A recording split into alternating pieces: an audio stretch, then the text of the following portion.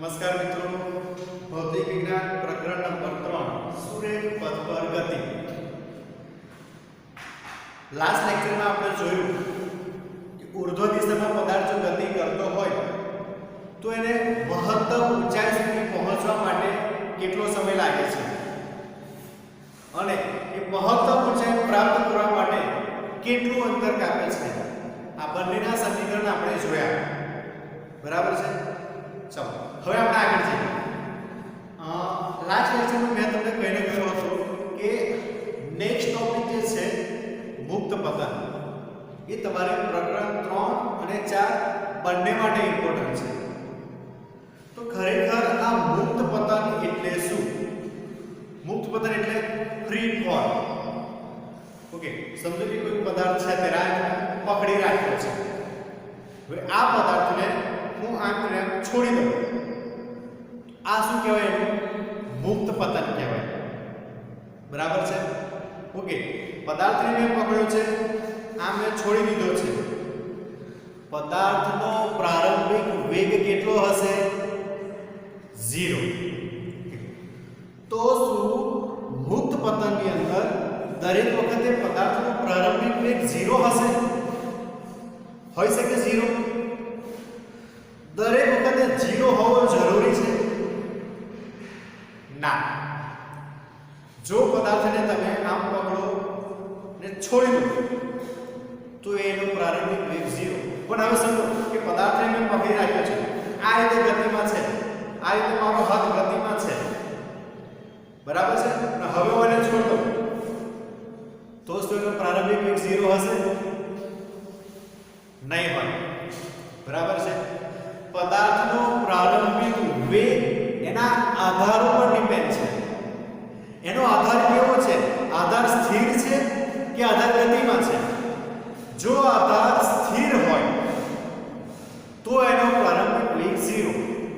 યાદ રાખજો, આધાર સ્થિર એટલે આ રીતે કોઈ સ્ટેન્ડ છે, પદાર્થને પકડી રાખ્યો છે, તો હવે હું છોડી દઉં તો આ સ્થિર આધાર કહેવાય। અને આધાર ગતિમાં હોય, જો આધાર ગતિમાં છે, આ રીતે સ્ટેન્ડ થી પકડ્યું છે અને સ્ટેન્ડ ફરે છે, આધાર ગતિમાં છે, અને હવે એને જો છોડી દો આ રીતે તો એનો પ્રારંભિક વેગ 0 નથી, બરાબર છે। તો આપણે અત્યાર સુધી 9મા ધોરણમાં શું શીખ્યા કે મુક્ત પતન કરતો પદાર્થ હોય તો એનો પ્રારંભિક વેગ હંમેશા 0 થાય। તો થોડુંક આ સેન્ટેન્સમાં થોડું ચોકડી મારી આપું છું ત્યાં, બરાબર છે। પદાર્થ મુક્ત પતન કરે તો તેનો આધાર જોવો પડે, આધાર સ્થિર છે કે ગતિમાં છે। જો સ્થિર આધાર હોય તો એનો પ્રારંભિક વેગ 0, અને આધાર સ્થિર ના હોય, ગતિમાં હોય તો એનો પ્રારંભિક વેગ 0 ન હોય, બરાબર છે? સમજાય છે? ચલો એને સમજીએ। સમજો કે આ કોઈ સ્ટેન્ડ છે, સ્ટેન્ડ સાથે એક હૂક વડે એ આપણે દડો પકડેલો છે, કોઈ હૂક વડે આપણે દડો પકડી રાખ્યો છે। ચલો, હૂક વડે દડો પકડ્યો છે તો એનો પ્રારંભિક વેગ કેટલો થયો? 0 થયો। એનો પ્રારંભિક વેગ કેટલો થયો? 0 થયો। હવે એ દડાની ગતિ કઈ રીતે થશે? અહીંથી જો હું દડાને છોડી દઈશ તો દડો આ રીતે નીચેની તરફ ગતિ કરવાનો છે। દડોને ઉપરથી આમ છોડી દઈશ તો દડો નીચેની તરફ ગતિ કરશે। એનો મતલબ કે એનું સ્થાનાંતર ઉપરથી નીચેની તરફ છે। એનું સ્થાનાંતર કયું થયું? ઉપરથી નીચે તરફ સ્થાનાંતર કરે છે। અને જો સ્થાનાંતર નીચેની તરફ હોય, સ્થાનાંતર નીચેની તરફ હોય તો કેવું લેવાનું? પ્લસ કે માઈનસ? માઈનસ। તો લખી શકું આ જે છે એનું સ્થાનાંતર છે, કેવું હશે? માઈનસ, બરાબર છે? તો સ્થાનાંતર કેવું થઈ ગયું? માઈનસ। બીજું આ હશે ગુરુત્વ પ્રવેગ a બરાબર -g, બરાબર છે? હવે દડોને ઉપરથી ફેંકીએ છીએ, દડો નીચે આવશે, જમીન સાથે અથડાશે, જમીન સાથે અથડાશે અને દડો સ્થિર થશે। ઓકે, તો એનો અંતિમ વેગ 0 હશે, એનો અંતિમ વેગ 0 હશે. સમજો કે આપણે દડાને ઉપરથી નીચે આવવા માટેનો સમય શોધવો છે. શું શોધવું છે મારે? સમય શોધવો છે, t શોધવો છે. તો શું થશે? t નું ઇક્વેશન શું થાય? ચાલો, જો મારે t શોધવો હોય તો મારી પાસે અચળ પ્રવેગી ગતિના આ ચાર સમીકરણ છે. ચલો, ચારેય સમીકરણ પરથી મારે t શોધવો છે.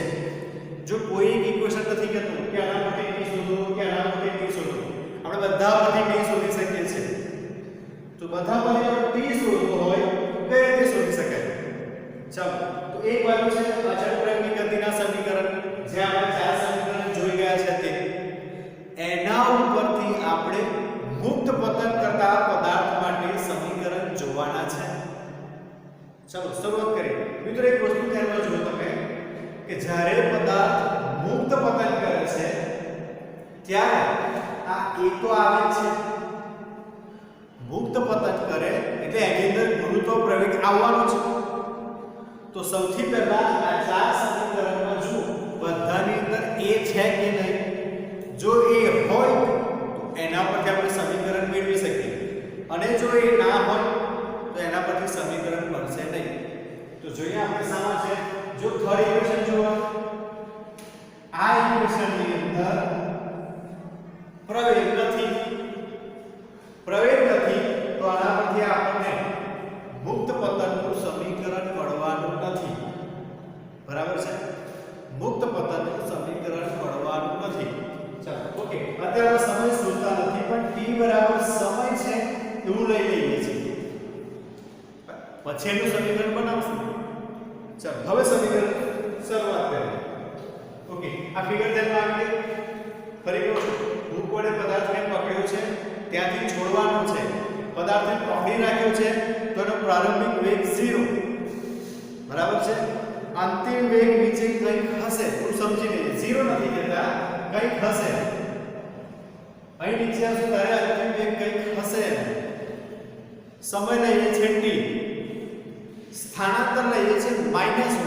માઈનસ કેમ? નીચેની તરફ ગતિ કરે છે તો માઈનસ લેશું. ચાલો હવે આપણે સમીકરણ મેળવીએ.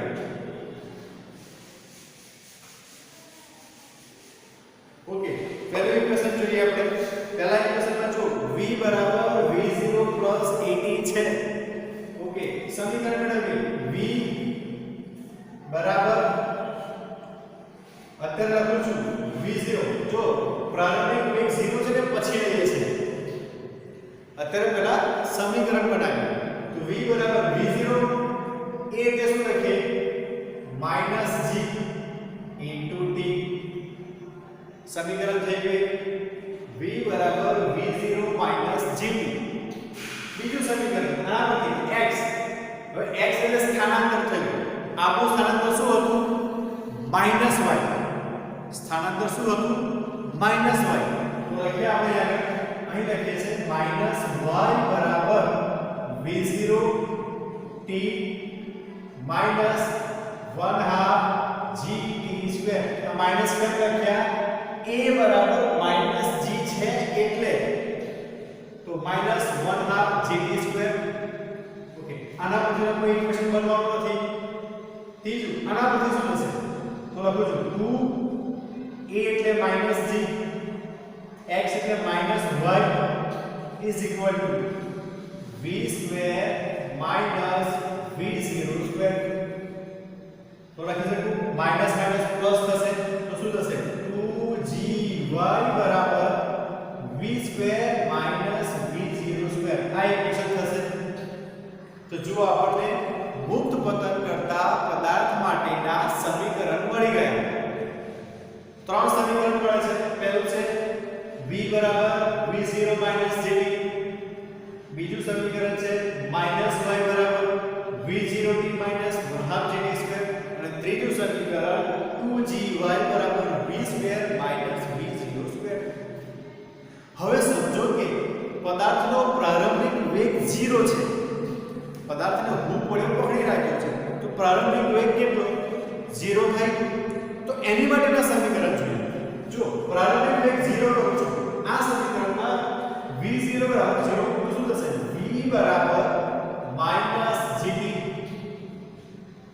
શું થશે v બરાબર -gt ઓકે આમાં જોઈએ અહીંયા 0 મૂકી દેશે તો આ આખી ટર્મ છે એ કેન્સલ થઈ જશે તો સમીકરણ થશે -y બરાબર -1/2 gt² તો માઈનસ માઈનસ કેન્સલ થઈ ગયા સમીકરણ થઈ ગયું y બરાબર 1/2 gt² સમજાય છે ઓકે નેક્સ્ટ આની ઉપર જઈએ તો સમીકરણ છે 2gy બરાબર v² ઓકે અહીંયા 0 મૂકશું તો ખાલી v² થઈ ગયું ઓકે આના પરથી શું થયું v બરાબર √2gy આના પરથી એક ફોર્મ્યુલા શીખીશું પછી અત્યારે આને નથી જોતા અત્યારે આગળ જોઈએ જ્યારે પ્રારંભિક વેગ 0 હોય ત્યારે તો વેગ કેટલો પડે -gt એનો મતલબ થયો v is directly proportional to t જેમ જેમ સમય વધતો જાય તેમ તેમ વેગ વધતો જાય બરાબર છે જેમ જેમ સમય વધે છે તેમ તેમ એનો વેગ વધે ઓકે આના પરથી મારે લખવું છે તો આના પરથી શું લખાય y directly proportional to t². ખબર પડે છે તો આપણને બે રિલેશન મળે છે એક v directly proportional to t અને બીજો છે y directly proportional to t². t કેમ લીધો સમય શોધવો છે ને એટલા માટે મેં તમને કહ્યું કે સમય શોધવો છે સમય માટે આપણે રિલેશન t સાથે લીધું છે બરાબર છે સમજાય છે આ વસ્તુ ઓકે ચાલો ક્લિયર એક વખત જુઓ તો ચલો આખી સ્ક્રીન તમારી સામે છે સ્ક્રીનશોટ લઈ લો ઓકે ચાલો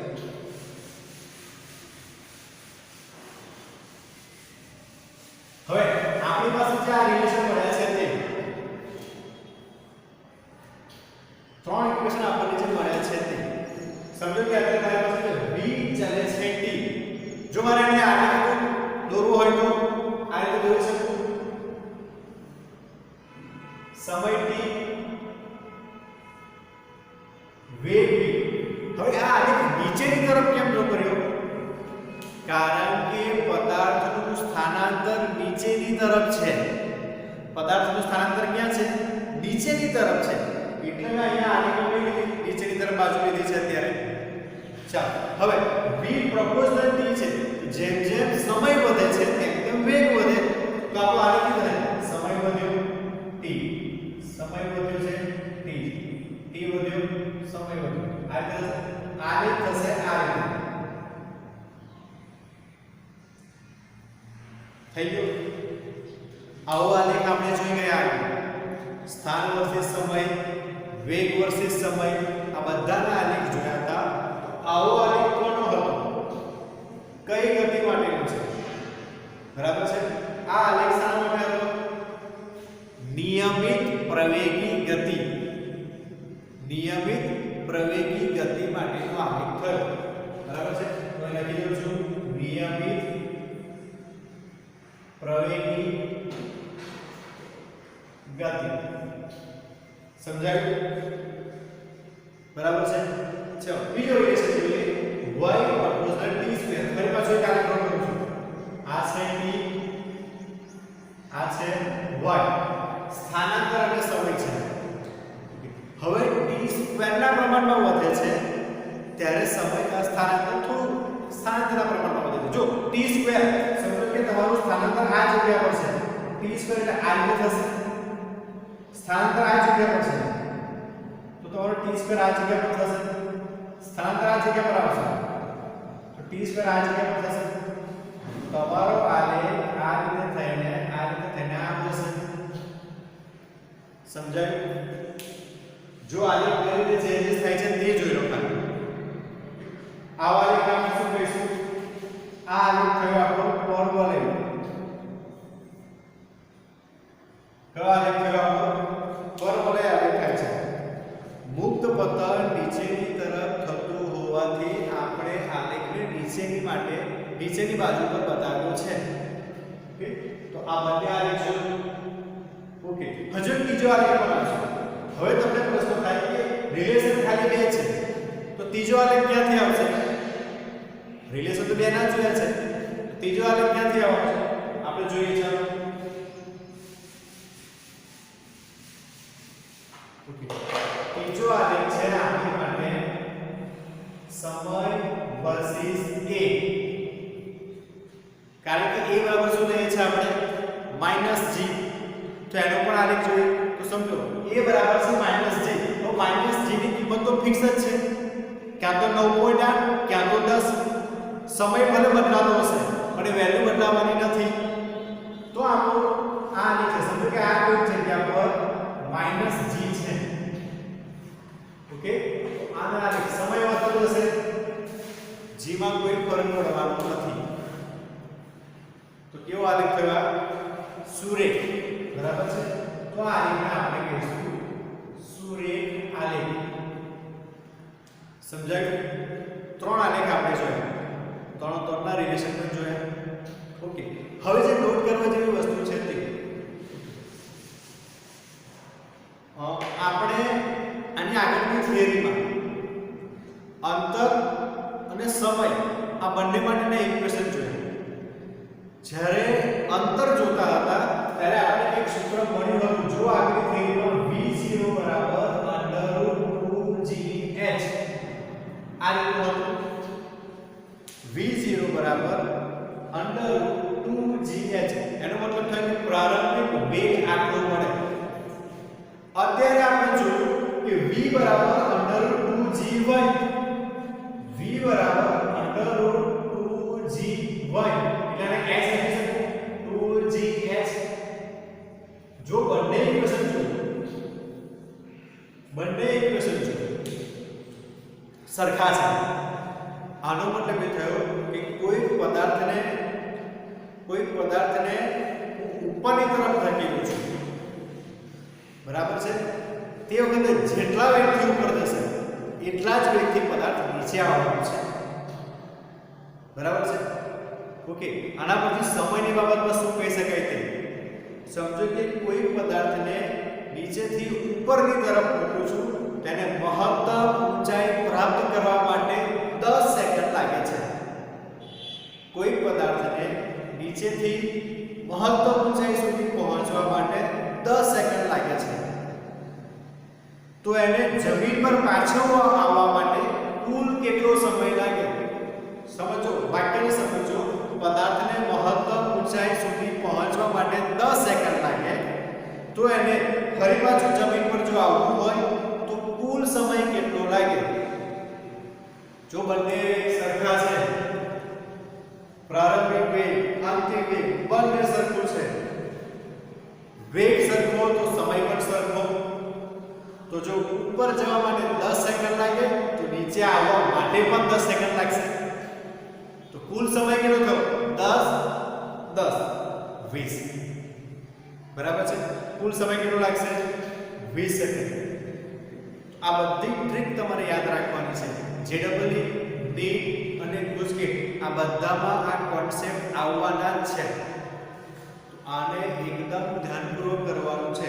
તમારી ટેક્સ્ટ બુકમાં આને રિલેટેડ કોઈ ઇક્વેશન નથી, ફક્ત ને ફક્ત મુક્ત પતનને રિલેટેડ એક એક્ઝામ્પલ તમને આપ્યું છે, જેમાં થિયોરિટિકલ થોડું ઘણું સમજાયું છે. બરાબર છે. આપણે જેઈ અને નીટની પ્રિપેરેશન પણ સાથે જ કરીએ છીએ.